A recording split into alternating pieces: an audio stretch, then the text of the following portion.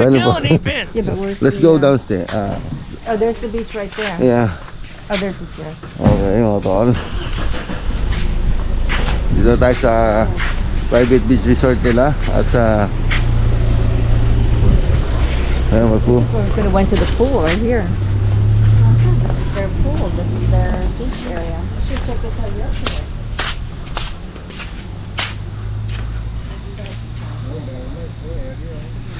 Ayun.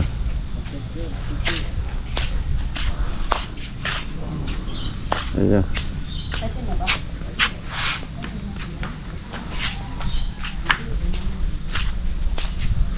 Oh, ganda dito. It's beautiful. Beachfront, good views. This is the infinity pool. Yes. So ayun mga to, no? So ito yung private pool. Also private beach ng Ferris in Blue Water. So baba na tayo.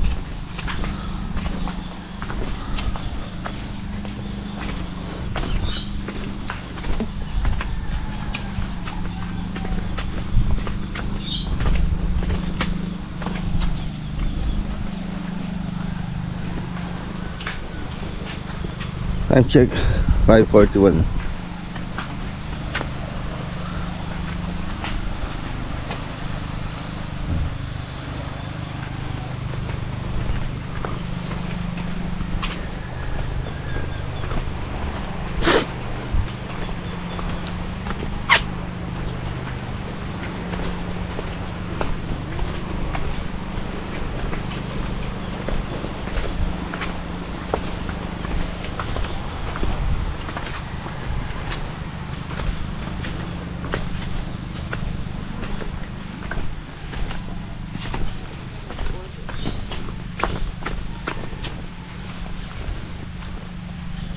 Yan o.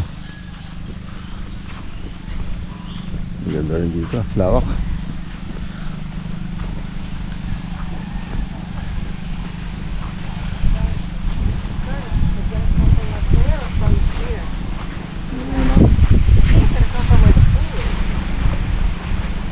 Ayun o.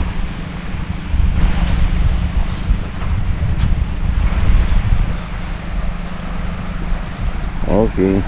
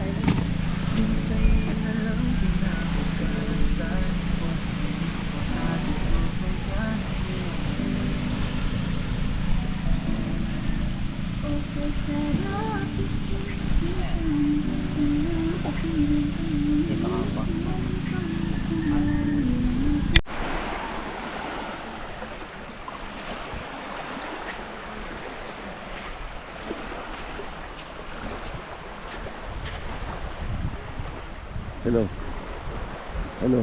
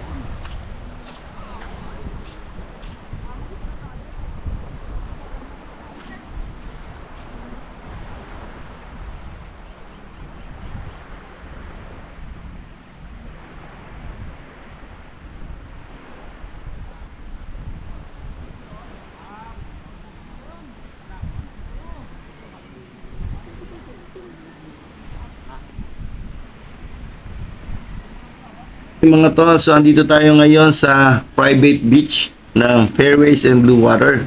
So, bandang baba ito ng kanilang resort. So, pagpunta rito, meron kaming service na maghahatid papunta dito. So, inabagahan namin na sana makikita namin yung sunrise, but mali. Sa kabilang side pa yon. Pero, at least, hi Rosalie. At least, napuntahan din namin kasi tomorrow aalis na kami, and then hindi na namin to makikita kung sakali. Okay na rin.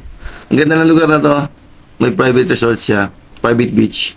Tapos sa tingin ko ito yung pinaka maganda dati before kasi parang abandoned na tong area eh. So samahan niyo ako, ikutin na lang natin tong area ng Paradise Cove na to. Makikita niyo, di ba, ang lawak ko.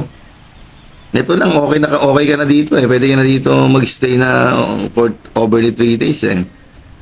Then siya, ang time in dito is 9 o'clock AM mag-open yung swimming pool sa taas. Then 6 o'clock pwede ka nang pumunta rito kung gusto mong maligo sa beach. Ito yung area, no? So parang dati, parang cottage to. No, dito yung mag-stay mga guests. Mukhang maganda eh, no? Kasi ito yung pagkagawa ng bahay niya. Parang old classic na cabin. Ayan, so sa ngayon, sarado na raw yan. Under renovation. Oh. Para mga old houses na nung kapon. Maganda yung lugar. So siguro, pag mag-stay ka dito, yan, dapat dala mo na yung mga dapat mong dalhin. And then, ito nga, sa paglilibot ko, yan, diretso, merong isang malaking pool. Oh, meron din beach pala So, dito. ang ganda siguro talaga nito before kung napuntahan to. Tingnan nyo to. Oh, yung laki nito. Uy, Ayan o, dito. ang laki ng pool o. Kaso hindi na O baka ito yung pinagamit sa movie. Para nakita ko na tong pool na to eh. Ang laki o. Diba? Ayan o. Sabi, sayang abandon, no? Ang ganda yan. Luwang ng lugar na to. Yaman naman ang may-ari. So, sa magpupunta ng Fairways and Blue Water, so ito yung makikita nyo amenities dito. abandoned. Lakad-lakad, tingin-tingin. Ayan. Ang joke, Maganda yung lugar. Medyo creepy na nga lang kasi abandoned na eh. So, yun, libot-libot muna ako dito. Hindi natin kung ano makikita.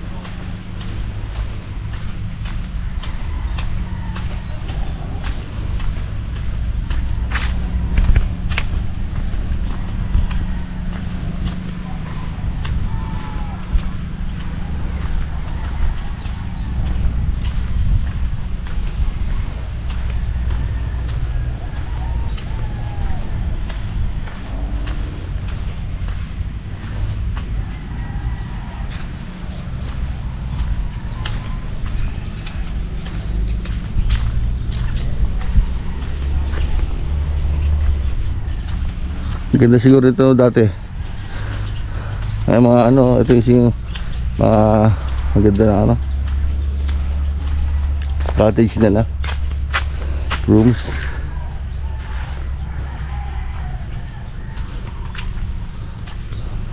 Okay, eto. Papalabas na ako. Pumunta na sana ako sa beach. Then, itong left side, may nakita ako. Galing. Meron siyang small chapel. So, yung chapel na yun, hindi siya basta chapel. Kasi, Sa chapel. nasa loob siya ng kuweba. Ayan o. Tara natin. So, pasukin natin. Sa chapel. Galing, di ba? Ayan o yung chapel o. Sabi ko, stiga. So, walang tao. Pasok tayo siya. Ayos Simbahan ka. naman yan. And then, respect. And then, mag-pray na rin tayo. Ang galing o. Parang yung sa Yung cave na, ewan ko saan lugar yon. Parang ganun siya. So, pasok ka dyan, medyo malayo rin eh. Mga ilang meters din papunta sa gitna. So, yun oh. Galing. So, ayan. Mas mag-pray muna tayo na konti dito. Napakita ko ito po yung lugar. Ang galing na ginawa nila dito. So, medyo iba tong Paradise Cove na to. Paradise Beach nila. Okay.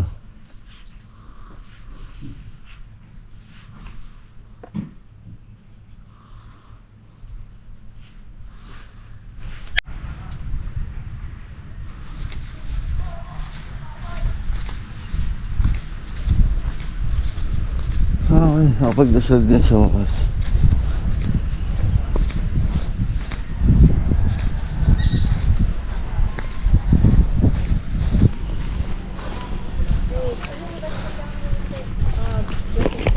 Wala na iwan daw kayo, Mats.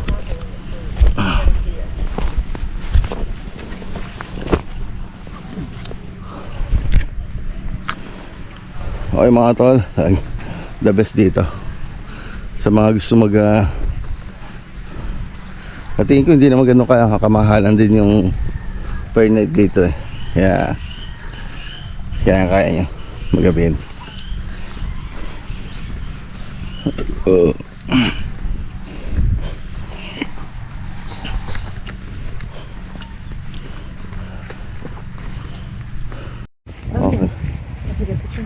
No, let's go. Oh. Ganda.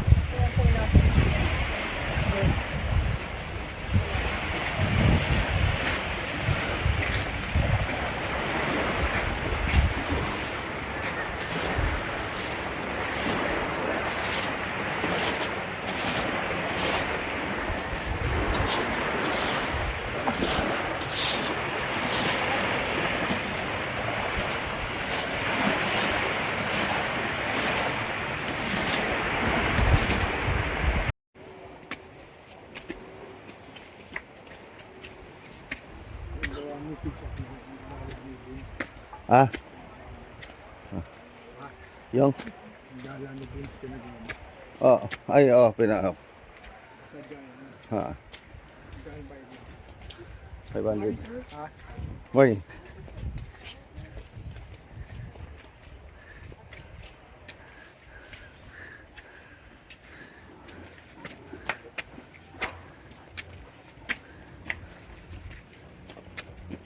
Okay, that's it mga tol. So, alis na kami kasi pupunta pa kami ng Boracay Station 1 and 2. So, magtitingin-tingin kami doon and then bibili ng mga dapat bilhin. So, ito yung itsura niya pag medyo maliwanag. Pwede na siyang liguan ngayon kasi almost 8 to 9 o'clock na eh.